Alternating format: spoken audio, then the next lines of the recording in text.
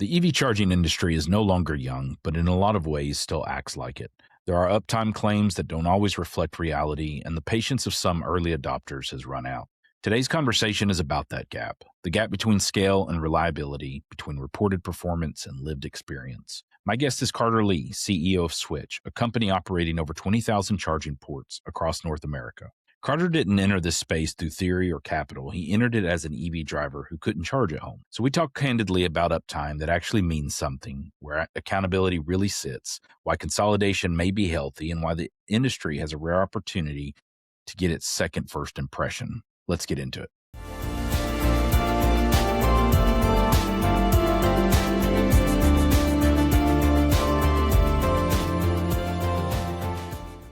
Welcome to another episode of Field Frequency. Field Frequency is powered by Field Advantage, an IT field services company specializing in the deployment, maintenance, and operation of critical infrastructure, including EV charging networks. Today, I'm very happy to have Carter Lee, CEO of Switch, with us. Hi, Carter. Hey, Jason. How you doing? Good. Thank you for being on Field Frequency and sharing some time with us today. Would like to kick off the conversation with, your origin story.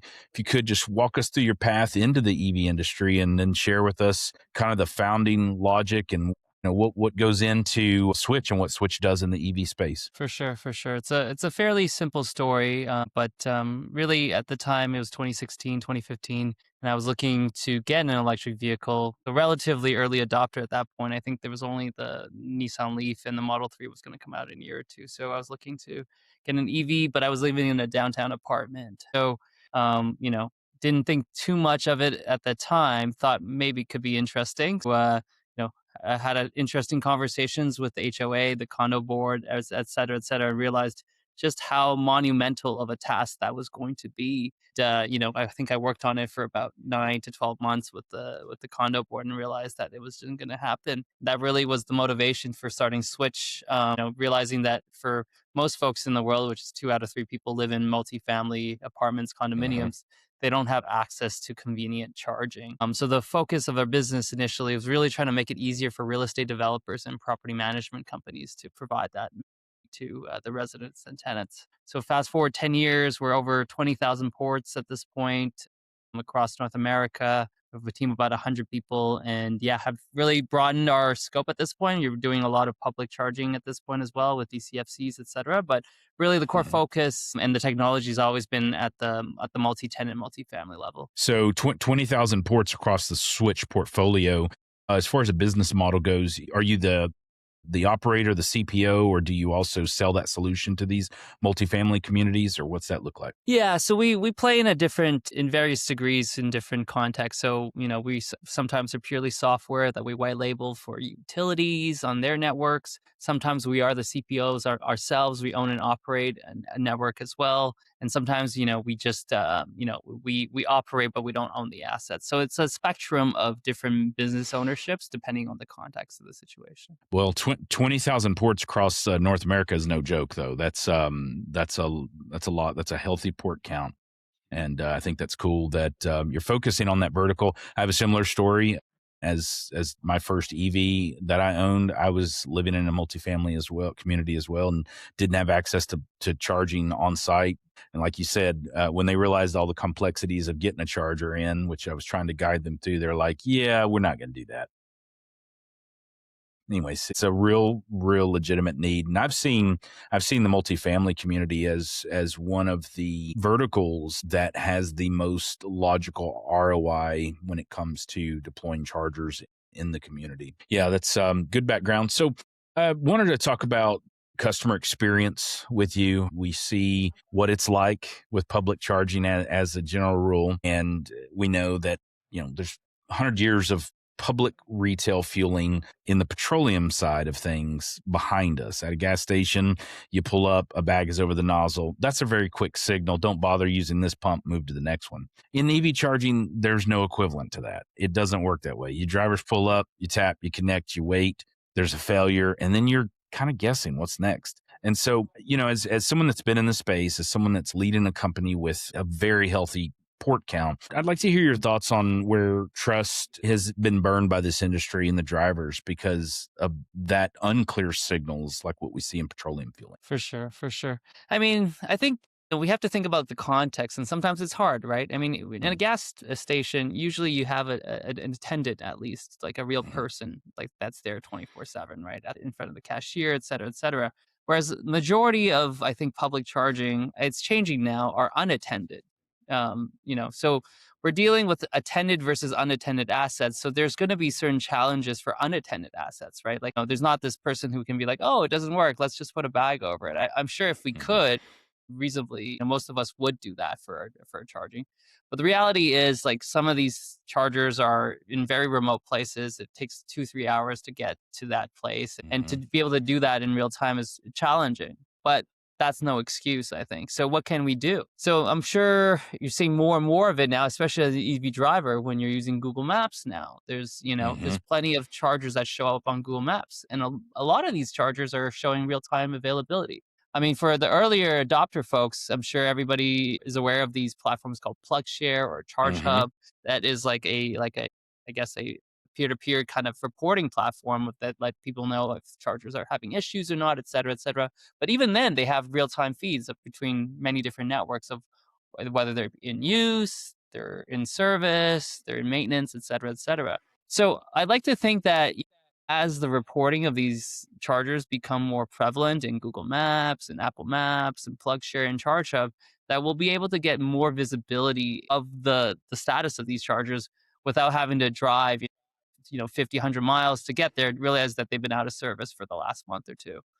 So I think within those proper tools, and if we use them effectively as an industry, we'll get to that point. And as the end users, the drivers get more used to relying on Google Maps or PlugShare or something like that to get that information. Right. There's no diluting the value of these crowdsourced resources like PlugShare and of course Google. There is an onus on the operators to make sure they're keeping up with the comments and the activities that are happening in PlugShare. I know if I ever have I'm a little bit more patient since I'm in this space. I'm not going to just blow someone up on PlugShare if it's something that I understand from a technical or an industry standpoint. But at the same time, if someone has reported a failure and that site has resolved that failure, and the last comment is that failure, you're sending wrong signals. And so it's really important.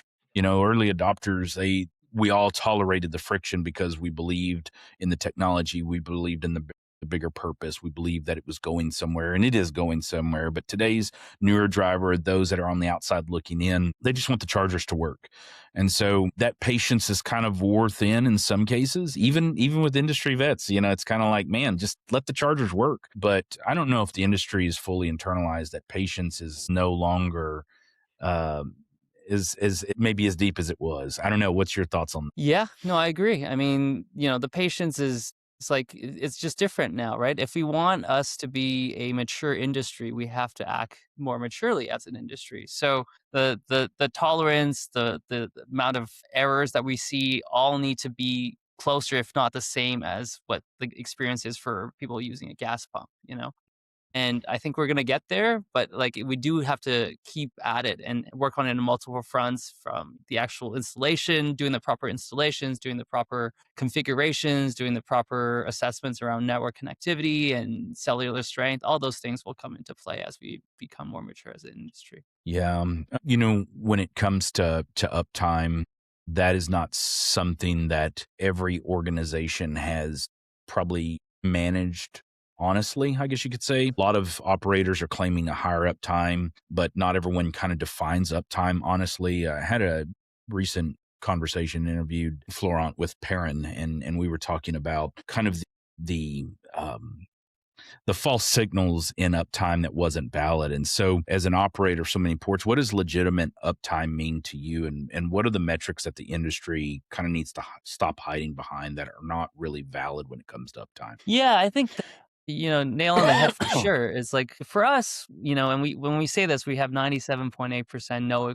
exceptions uptime. It's literally Mm, that. It's like you show up 100 times, to this specific spot, and it should work 97.8% of the time or above. So, when I've seen other groups, other CPOs, there's been known facts that when they define uptime, they define it at a site level. So let's say mm, like you have 10 ports. And if like one of the 10 ports works at that site, that's 100% uptime.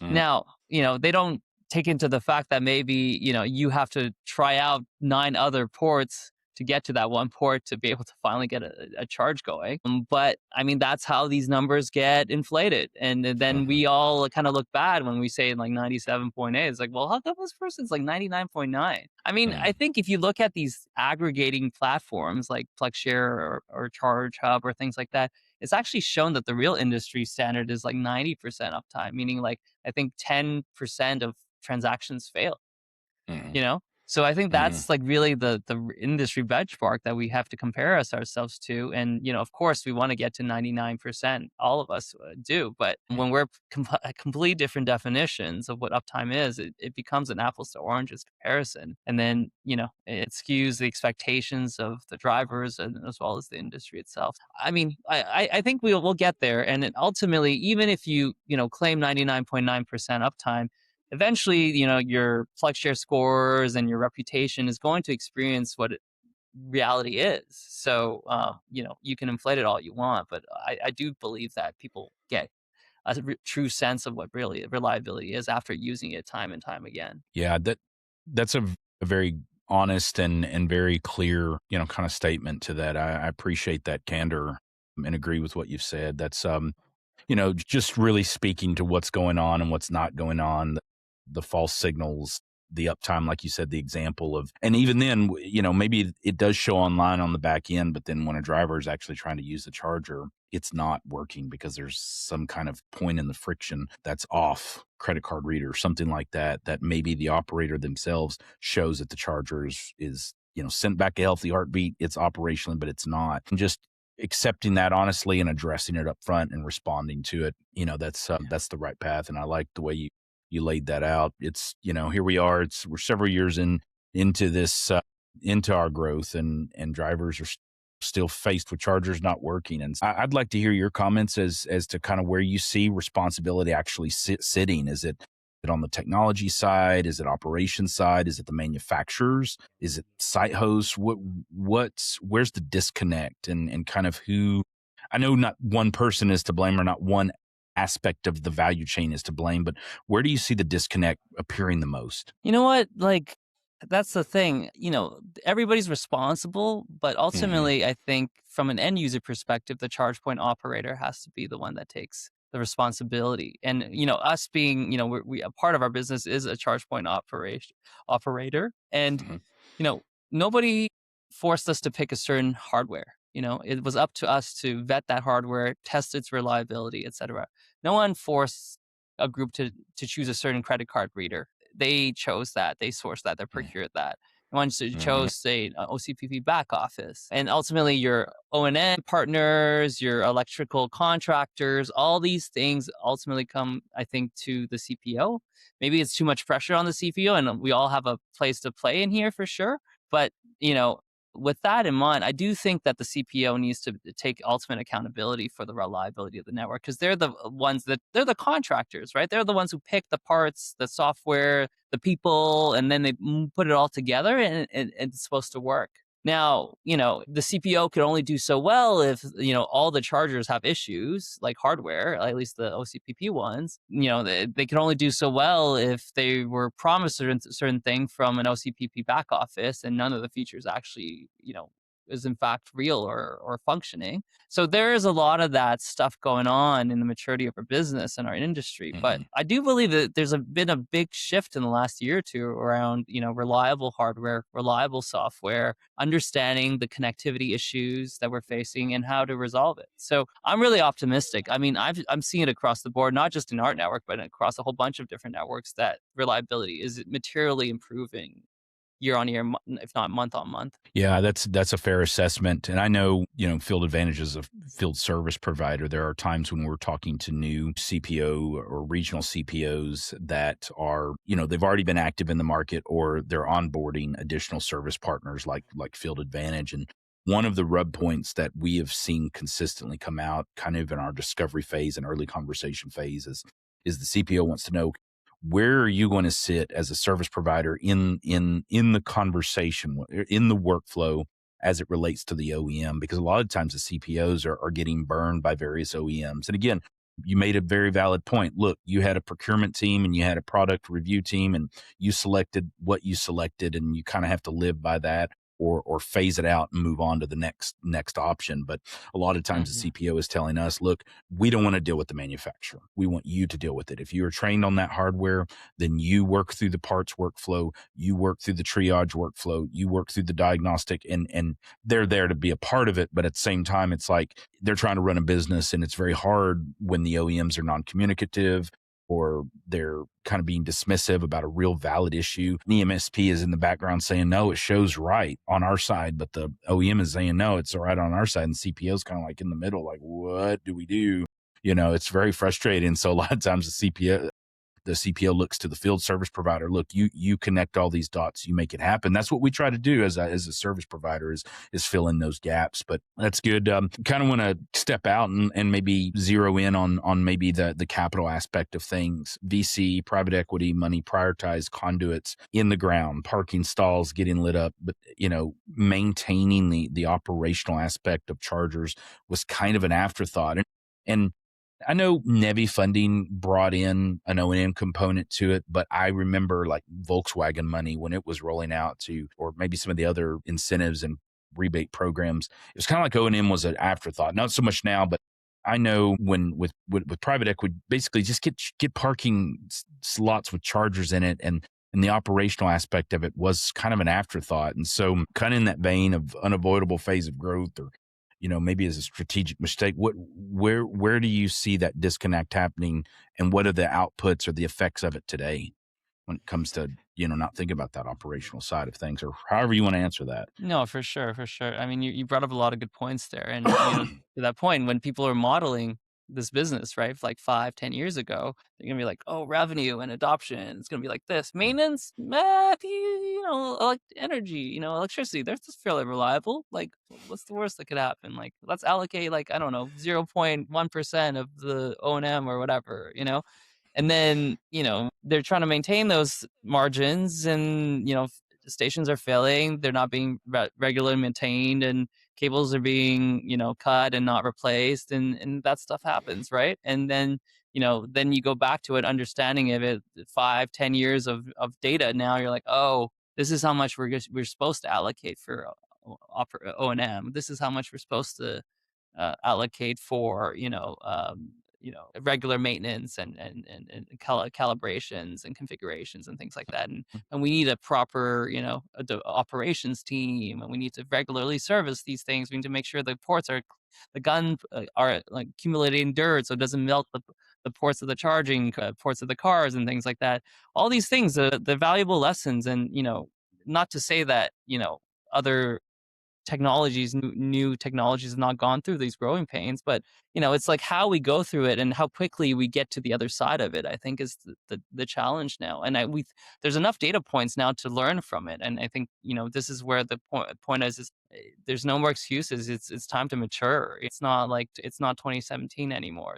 What is it now, like 10 million, I don't even know, like, vehicles in North America on the road, EVs, something like that. But I think the numbers that we're saying is like just maturity is key, basically, to our industry, and we have enough data points to get there. Yeah, absolutely. Again, not beating up on OEMs. We appreciate the OEMs and what they're doing to help move this industry forward. But in the vein of data has proven that some OEMs are not all OEMs are created equal, and data is kind of supporting that. And obviously, without naming any names, just kind of zooming out and thinking about the OEM as a general rule, what do you think separates the dependable OEMs from the ones that are kind of ruining the name of the space? And again, we're not focused on the name. It's more about the actions and behaviors, and what's separating the good ones from maybe the bad ones. Focus maybe on the positive. What are the good ones doing? Yeah, I think iteration is the key part. It's like, the first anything is hard, right? But like, what's the next version? What's the next version? What's the next version? If the design of your chargers is the same design as was like 5, 10 years ago, it's tough to like take all the lessons that you learned and apply that to the chargers. I mean, I remember, and again, not speaking any names, but like, you think about a 50 kilowatt DCFC design from 2016, 2017, you open it up, there's like 12 motherboards, and you're like, and they all connect to each other like for this wire, that wire, that wire, that. You're like, oh my Jesus! And now you look at like these one of these like Gen 3, Gen 4, Gen 5 DCFC units. You open it up and everything's modular. It's like you just Hmm. pull it out and you pull it in, and those things. I mean, even they when they break, right? If like a 30 kilowatt module breaks out of a I don't know, like a 180 kilowatt module thing, you're only charging like 150. It's not like the whole charger's broken. So all these modular components and designs like have an overall effect to the reliability of the chargers. So I think it's about being able to iterate quickly and learning from previous mistakes to make these things more reliable. Yeah, I mean, it's easier said than done, right? You need Hmm. capital, you need a whole bunch of other things. I'm not blaming our industry Sure. because it's hard, You're right. but I think that's where the winners are, the people who have designed modular, serviceable chargers and cabinets to make sure these things work all the time. Yeah, you highlighted a very key point is the iteration component. You're absolutely right, and I think the comparison that you made between legacy hardware and current day hardware, it's night and day. It's completely different when you open one up and look at the other one comparatively. So Mhm. iteration. You're absolutely right. In fact, industry colleague remarked to me either this week or maybe last week that if you are proud of version one of your product, you're probably late to market. And makes a lot of sense when you think about it from that framework. If you're proud of version one, there's probably plenty other brands and competitors ahead of you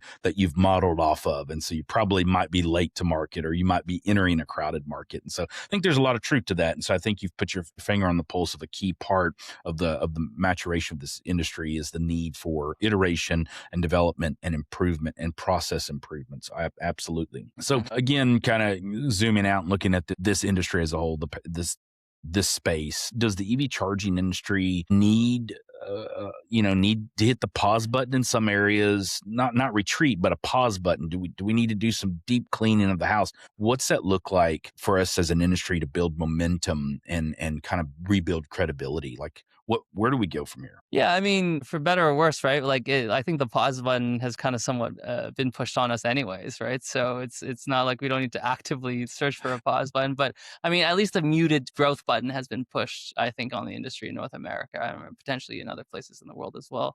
So I think that's we take that, the silver lining around that, right? Is like, okay, there might be a slight slowdown in our industry, but there's going to be the next inflection point, right? There's going to be another stage of that growth, and let's be ready for that.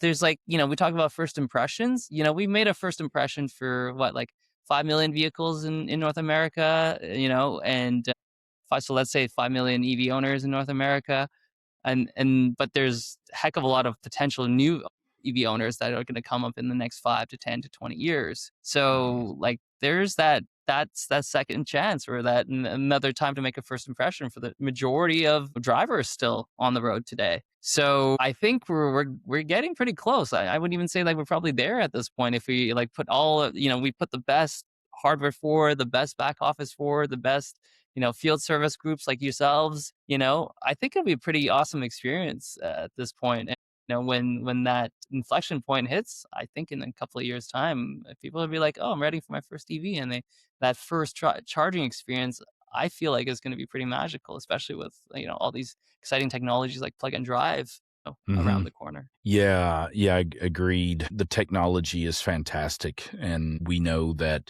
it's a very small percentage of people that convert from ICE to EV that go back to ICE. It doesn't mean that they offload every ICE vehicle they own, but there's always going to be that competition for the EV once you operate it, once you own it, once you are in it and you're used to it, the experience, you understand it, that conversion and return back to ICE. There's a percentage of folks out there that can't, because it's just not a viable solution or product for For them, for sure. their lifestyle or whatever their needs are. But yeah, absolutely. You mentioned, next couple of years, if you were to, maybe put on your predictive lenses and see what, the next 24 months looks like. Do you see an industry profiting? Do you see the industry kind of floundering? What's that look like? What are your, over the next 2 years, what do you predict will change or will iterate? What as macro level, what for the industry, whether you look at from the hardware or